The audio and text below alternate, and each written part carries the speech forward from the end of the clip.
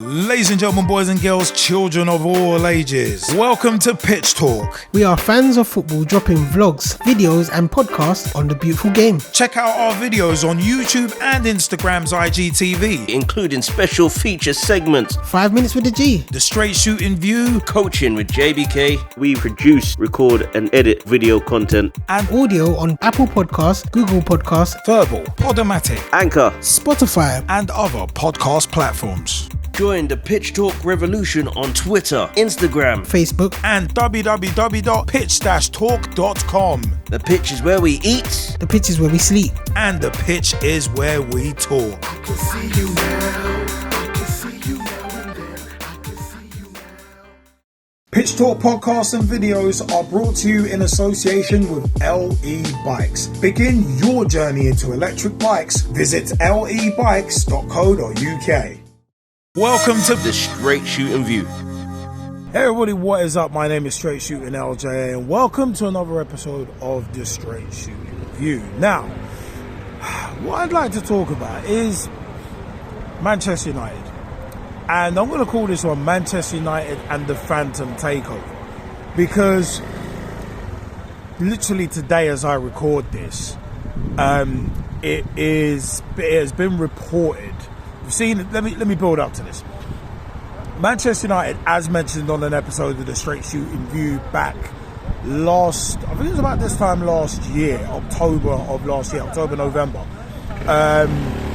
In terms of the Glazers had put Manchester United up for sale not long after FSG had said that they'd sell Liverpool if the right bid came. So Fast forward 8-9 months, and Qatari Sheikh Jassim was apparently very interested in buying Manchester United. And literally in the last, I think, week or two, that deal has collapsed in part because the Glazers were asking for £6 billion, but also as well because the Glazers are not willing to give up 100% of the club, which is what Sheikh Jassim wanted. And there were rumours about Kylian Mbappe being bought, among others, if Sheikh Jassim had been allowed to outright purchase Manchester United.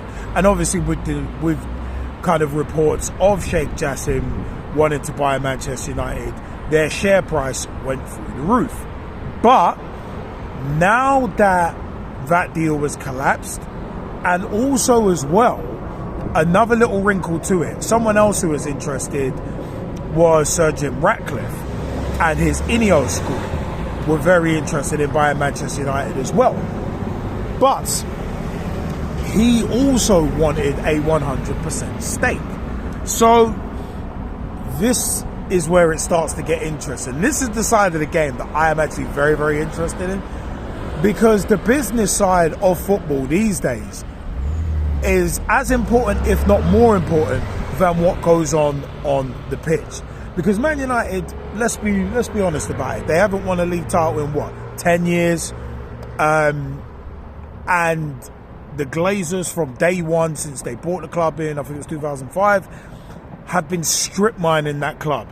They bought it in a leverage buyout, and yeah, any Liverpool supporter like myself knows what a leverage buyout entails.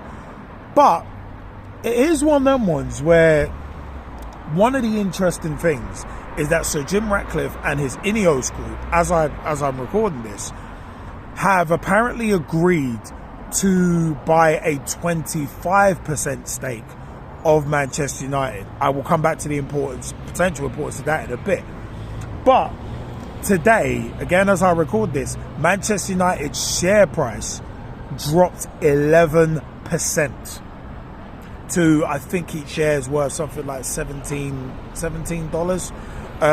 So to hear that a share price has dropped 11%, no matter whether your owners value you at 6 billion, 12 billion, 89 billion, whatever the case, that is a massive drop in a single day.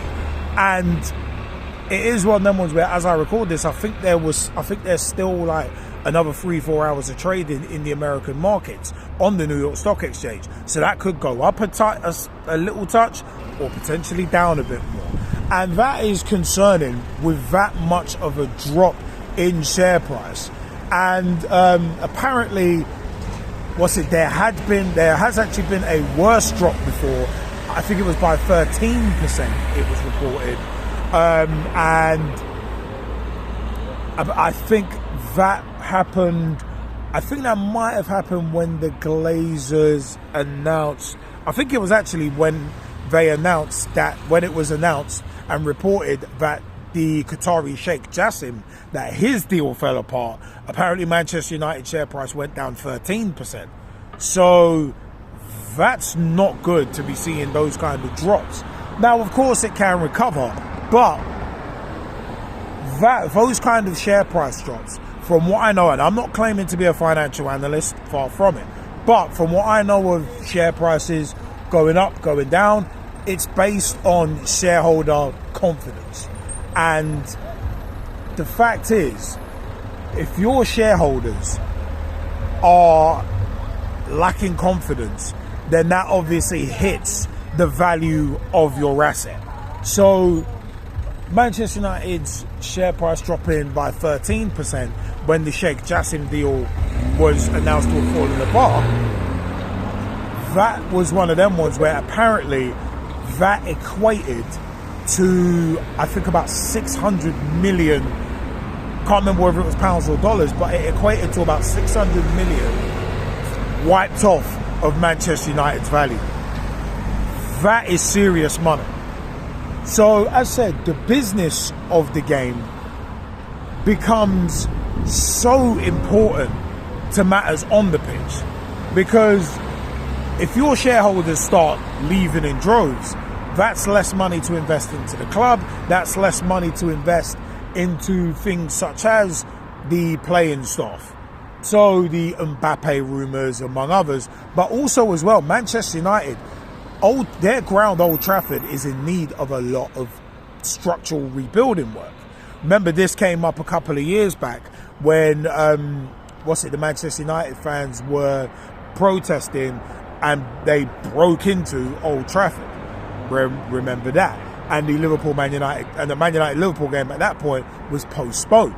So it's one of them where it's been a known fact for a while that Manchester United need investment, not only in terms of the playing staff, because that team is underachieving, but in terms of the club itself and the money that the ground can make. The ground needs significant investment, according to a lot of people, and there are videos out there about it. Old Trafford's crumbling in parts. And also as well, you got to look at, I think it's Euro 2020, I think it's Euro 2026 or 28. It is one of them ones, Euro 2028. It is one of them ones where that's been awarded by default to basically Great Britain. So I'll tackle that in another episode in more detail. But Old Trafford is not one of the grounds picked for the Euros.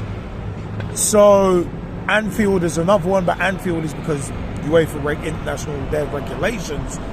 Anfield as a pitch is too small. The dimensions are too small. So that's down to that. But with Old Trafford, it's like the state of disrepair it's in. It can't be used as a venue for European Championships at this moment. Everton's Bramley Moor Dock is going to be used, but that's not going to be ready for another year or so anyway. But in terms of, as I said, Manchester United, their fans have a lot more questions than answers, and at this moment in time, there are a lot more questions than answers. But one thing in terms of the questions, there's questions such as Sir Jim Ratcliffe buying 25%. If it gets ratified and he agrees to it, to some that sounds a bit low. And obviously most Man United fans want the Glazers totally up and out. But I have always been of the mindset, and I said this at the back end of last year, where it's like, the Glazers are not going to sell this much of a cash cow. Remember, they take 50%, 50, half of everything Manchester United make from their New York Stock Exchange flotation. So they're not going to give up that cash cow willingly unless they get 6 billion. If they get 6 billion, then it's like, cool, we've made our money back tenfold. So it's one of them where it's like, they're not going to give up that club for any less than the money they're asking for.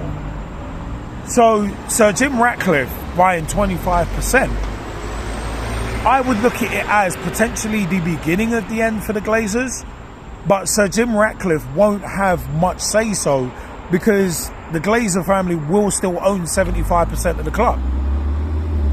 I mean, it's one of them was, how much power will Sir Jim Ratcliffe really have? And on the other side, though, to try and take a positive for you Man United fans out there, it may be one of them ones where it may be the beginning of the end of the Glazers at Manchester United if Sir Jim Ratcliffe gets 25%, because he might slowly add to that as the years go along. So similar to Arsenal and the Kroenke Usmanov brinksmanship that they were playing, where Usmanov would buy a little bit, and keep upping his stake. But he could only get to a certain point where he had to get around, I think it was Lady Nina Bracewell-Smith. He had to get her on side, and she was on Kroenke's side. So it ended up as one of them ones where Usmanov ended up leaving Arsenal, going to Everton, and we know what happened there eventually. So it is one of them where it becomes interesting. It's like I said, is Sir Jim Ratcliffe agreeing to 25% of Manchester United and only getting that much initially, with the long-term game, maybe in 5 years, 10 years, of eventually acquiring the whole club? So there are even more questions where it's like I said, how much power will Sir Jim Ratcliffe have with 25%? Will he have say-so over player transfers? Will he be able to fund them? And probably the most serious question that could be asked of Sir Jim Ratcliffe, and I saw a report about this earlier, and it kind of got me thinking. Sir Jim Ratcliffe, some people are questioning whether he will be dipping into his own pocket, or whether him and the Ineos group are going to get a loan to buy that 25% stake in Manchester United. And if he is getting a loan, where's he getting that loan from? What are the terms of the deal? And what's that loan secured against? And most of the reason for those questions is because of how the Glazers bought Manchester United. They got loans to buy the club, and they used the club as security, as collateral to buy the club. A leverage buyout, which I've always said should be illegal. So you wouldn't want to, as a Man United fan, you wouldn't want your club to jump from one leverage buyout to another. Because as a Liverpool supporter, we've seen where that goes. We got to the 11th hour and almost became property of RBS. So it's not an ideal situation to go from one leverage buyout to another just because you so desperately want the current owners out. Because you're jumping from one bad situation just into another, out of the frying pan into the fire, as it were. So it is very, very interesting that the Glazers don't seem to want to give up any more than 25%. And Sheikh Jassim was like, nah, I'm out. If you want 6 billion off me, I want the whole club. I don't just want like a quarter of it. Nah. So it's going to be very interesting to see how this all plays out. Because as I said, Manchester United as a club need heavy investment. The ground needs heavy investment. And they are still one of the biggest clubs in the world and one of the wealthiest. But if these announcements are chipping away 13%, 11% of your share value, eventually, boy, you're going to be potentially looking at billions sheared off the value. And then instead of the Glazers being able to command 6 billion, they might only be able to command 2, 3, 4, which still is nothing to scoff at. But for a club that's been built the way Manchester United has, their stock value should be a lot higher. And obviously then you got the fan unrest, where there's been questions asked about, who's that YouTuber, that vlogger, similar to Arsenal Fan TV, Mark Goldbridge. You got that kind of internal stuff happening, where I think Paul Parker's been calling him out, saying, oh, like, you don't love the club, you're damaging the club, what are you playing at? But hey, for me, it's similar to Arsenal Fan TV, exactly the same thing. Parasites, and I think they're a gimmick, it's a work. I've always said that about Arsenal Fan TV or AFTV or whatever they're called, after Arsenal sent that cease and desist a few years ago to them. This one of them was this Goldbridge guy. He was the one crying, literally, when United were getting pounded into dust 7-0 by my boys Liverpool last season. Ah, what a moment. But it is one of them ones where I just look at it as like that kind of fan unrest, plus the shareholders maybe not having the confidence in the club that they once did, because the share price is dropping up and down all over the place. It's not an ideal situation at the moment for anyone coming in and wanting to buy the club or a piece of the club. It's not as far from ideal. So it's going to be interesting to see how this all plays out. But as I said, I'm keeping a close eye on this, just because I said I find the financial side very, very interesting. It's intriguing. It is very intriguing because it has that knock-on effect to what goes on the pitch, and vice versa. If the team ain't achieving as much as they usually do or have become accustomed to, then that affects your share price, because sponsors, you can't draw in as big sponsors because you're not as big a draw as a club anymore, because you're not winning stuff. But then if there's not the investment coming in, then you're not going to win stuff because you're not going to be able to invest as much in the club. So it all, as I said, is very, very interesting. So, you know what? I want to know your views. What do you think about this Manchester United takeover circus? Do you think Sir Jim Ratcliffe is playing the long game by buying 25% now? I think it's one of them ones where it's odd.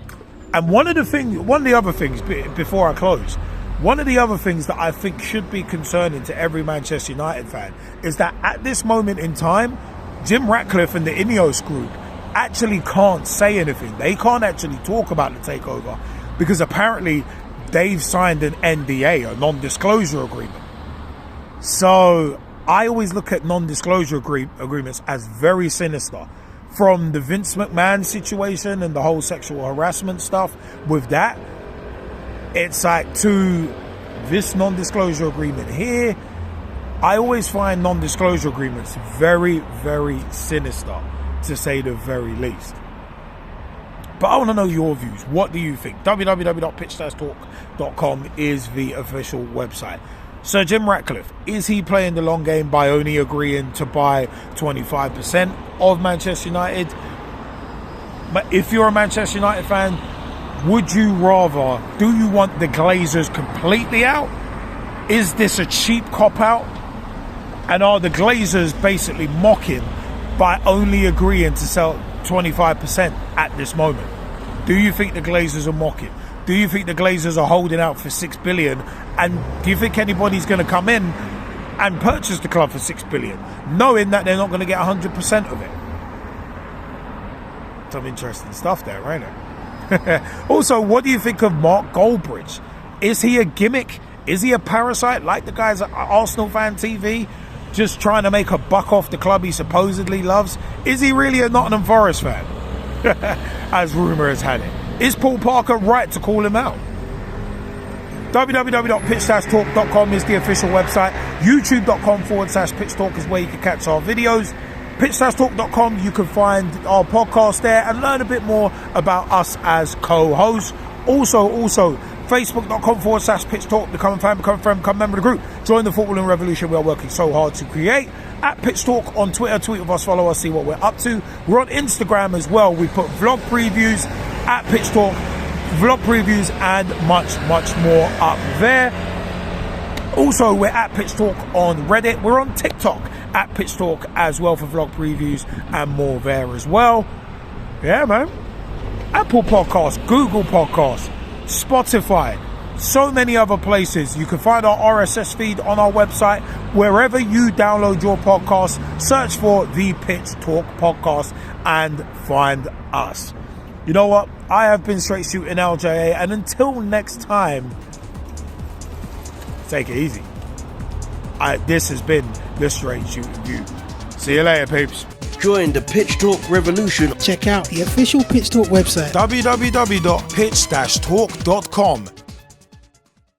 Ladies and gentlemen, boys and girls, children of all ages, welcome to Pitch Talk. We are fans of football dropping vlogs, videos and podcasts on the beautiful game. Check out our videos on YouTube and Instagram's IGTV, Including special feature segments. 5 minutes with the G. the Straight Shootin View, Coaching with JBK. We produce, record and edit video content. and Audio on Apple Podcasts, Google Podcasts, Verbal, Podomatic, Anchor. Spotify. and other podcast platforms. Join the Pitch Talk revolution on Twitter, Instagram. Facebook. And www.pitch-talk.com. The pitch is where we eat. The pitch is where we sleep. And the pitch is where we talk. I can see you now.